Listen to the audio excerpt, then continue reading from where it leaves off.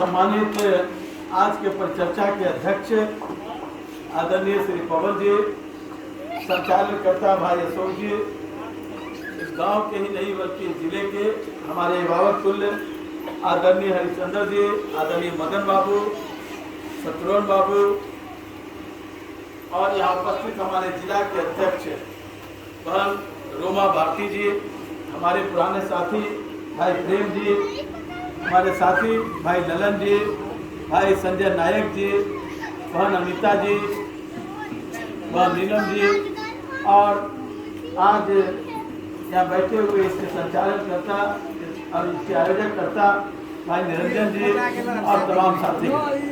मुझे आपके गांव में आकर के सही प्रसन्नता मिली है, इसलिए कि जो लालू यादव की सोच है, जब आम लोगों तक बाबा साहब अम्बेडकर की चर्चा करें और उनके बारे में बताने का काम करें। हमारी दो बेटियां, एक शिवानी ने जिस तरह से बाबा साहब पर चर्चा करने का काम किया, अब मुझे पता चला कि निरंजन जी और हरिचंद्र बाबू यहाँ लालू की पाठशाला चलाते हैं, उसी में ये बच्ची 9th में पढ़ती है और निःशुल्क पढ़ाते हैं।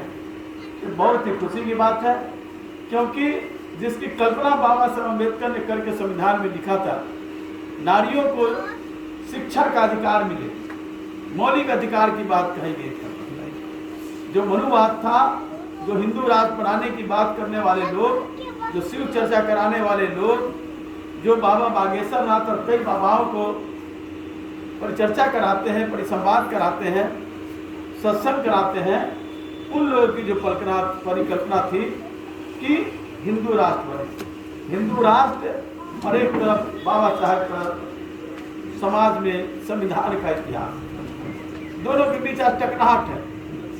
हमारी महिलाएं आज बैठी हैं, एक हमारी बेटी नीतू बैंक चलाने का काम कर रही है, हम अर्थ मजबूत करने का काम कर रहे हैं। तो तेजस्वी यादव ने कहा कि सामाजिक न्याय के बाद हम आर्थिक न्याय चलाएंगे, और आर्थिक न्याय का एक बड़ी पहलू का काम नीतू गुप्ता जी कर रही हैं।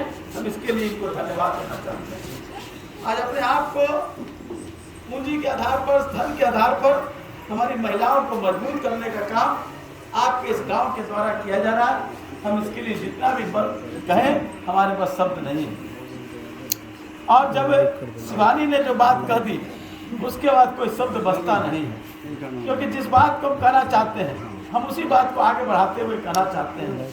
हमारी बहनें बैठी हैं, हमारे हरिचंद्र भाई ने कहा, बाबू ने कहा कि किस तरह मनुवाद में, हिंदू राष्ट्र में महिलाओं को कोई अधिकार नहीं था। आपको अगर पति मृत हो जाए तो हमारी महिलाओं को सती बनना पड़ता था, और उसी चिंगारी में, उसी आग में बैठ करके वो अपने आप को भी पूर्णाहुति देती थी।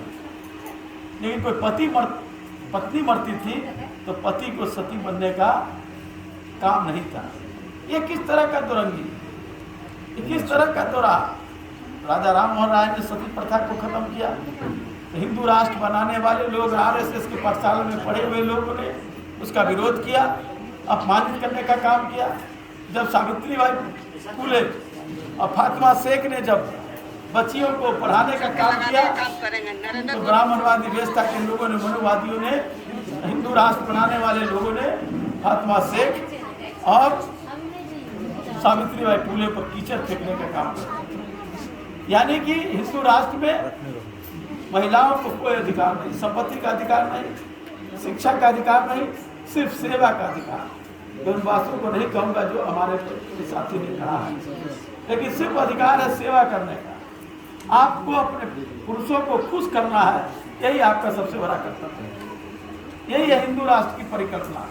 लेकिन संविधान में कहा गया है समतामूलक समाज, सबको अधिकार, सबको समान, पढ़ने लिखने का अधिकार। आज देख रहे हैं, अगर ये नहीं होता तो आज हमारी कितनी महिलाएं हर एक क्षेत्र में, आज सीमा पर भी हमारी महिलाएं सुरक्षा कर रही हैं, पुलिस में भी हमारी महिलाएं हैं, विज्ञान में भी हमारी महिलाएं हैं, अंतरिक्ष की यात्रा भी हमारी महिलाएं कर रही है, शिक्षक भी बन रही हैं, हर एक क्षेत्रों में जा रही हैं। ये हिंदू राष्ट्र अगर बना रहता, ऐसे लोगों को वहाँ भेजने का काम नहीं किया जाता। उनका काम सिर्फ घर में पुरुषों का सेवा करना रहता। खुश करना। वो अगर पीट भी दे, अगर मार भी दे, तो मुस्कुराते हुए उस मार को सहन करना है। यही हिंदू राष्ट्र है। कि क्या शिव चर्चा और उस संतों की बात सुन करके क्या वही साम्राज्य लाना चाहते हैं कि महिलाओं का कोई अधिकार नहीं रहे, महिलाओं की पिटाई हो तो हंसते हुए उसको स्वीकार करो, महिलाओं के पास धन नहीं रहे, महिलाओं के पास शिक्षा नहीं रहे, और शूद्रों के साथ, शूद्र मतलब पिछड़ा भी शूद्र है, शूद्र का मतलब दलित नहीं, वो शूद्र का गिनती में पिछड़ा भी आता है। जो वर्ण व्यवस्था है मनुवाद में, हिंदू राष्ट्र में, उस वर्ण व्यवस्था के खिलाफ बाबा साहेब ने समतामूलक समाज की बात की और कहा कि हम विशेष दर्जा देंगे जो सबसे पीछे पैदा हुए। जिस तरह आपके घर में 2 बच्चे हैं, एक बच्चा कमज़ोर है, उसको ज़्यादा दूध पिलाते हैं, उसको सेव खिलाते हैं, उसको फल खिलाते हैं, इसलिए कि वो भी बच्चा कमजोरी से मजबूती की स्थिति में हो जाए। इसलिए बाबा साहब ने कहा कि आरक्षण दो जो लोग कमज़ोर हैं, जो लोग हजारों वर्षों से सताए हुए लोग हैं, जिनको शिक्षा नहीं मिला। बाबा साहब को किस तरह से हमारी बच्ची ने कहा, किस तरह से परेशान, किस तरह से उपहास, किस तरह से अपमानित करने का काम किया, किस तरह से उनकी पिटाई होती थी, लेकिन उसके बावजूद भी धुन के पक्के बाबा साहब ने शिक्षा ग्रहण किया, 32 डिग्री लेने का काम किया। आज भी उनकी डिग्री के बराबर कोई दूसरा आज तक पैदा नहीं हुआ। अमेरिका जैसे राज्य में भी 61 स्ट्रीट रोड को बाबा साहब के नाम पर अभी करने का काम किया। ये काम है, ये हम पूर्वजों का मान सम्मान बढ़ता है तो हमारा गर्व से सीना चौड़ा होता है। लेकिन जो वर्तमान सरकार है, मोदी जी की सरकार, क्या क्या सपने दिखाने का काम किए, सपने सच नहीं होते। मौलाना आज़ाद और फिर जो अबुल कलाम आज़ाद जो हमारे देश के राष्ट्रपति थे, क्या कहते थे कि हौसला उसके जज्बा में होनी चाहिए। ये है उन्होंने कहा। अबुल कलाम साहब जो हमारे राष्ट्रपति रहे, कहा था कि पंछियों के पंख में नहीं होता है उड़ने का ताकत, उसके अंदर में जज्बा होगा वो उड़ेगा। वही बात है कि आज हमारे शिवानी में जज्बा है, तो उसने बाबा साहब के बातों को आत्मसात करने का काम किया। जिस तरह नरेंद्र मोदी की सरकार सपना दिखाने का काम किया, 5 किलो अनाज, 5 किलो अनाज, और किसानों को पैसा नहीं, किसानों को अनाज का हक नहीं मिले। अब बड़े व्यापारी अडानी अंबानी को उसी मकई से पॉपकॉर्न बना करके 5 ग्राम का 50 रुपया लेता है, और हमारे मकई को दाम नहीं मिलता, हमारे धान का दाम नहीं मिलता, हमारे गेहूं का दाम नहीं मिलता, तो बड़े व्यापारी को संपन्न। आज भी मैं बता देता हूँ, जितने लोग यहाँ बैठे हैं और देश 142 करोड़ लोग, पूरे देश के हर व्यक्ति पर जो आपके घर में बच्चा भी पल रहा है, सबको जोड़ा जाए तो हर व्यक्ति पर 32,000 रुपये का कर्ज है। 32,000 रुपये का कर्ज हमारे पर कर्ज है। और दूसरे तरफ इस विश्व का सबसे बड़ा अमीर कौन है?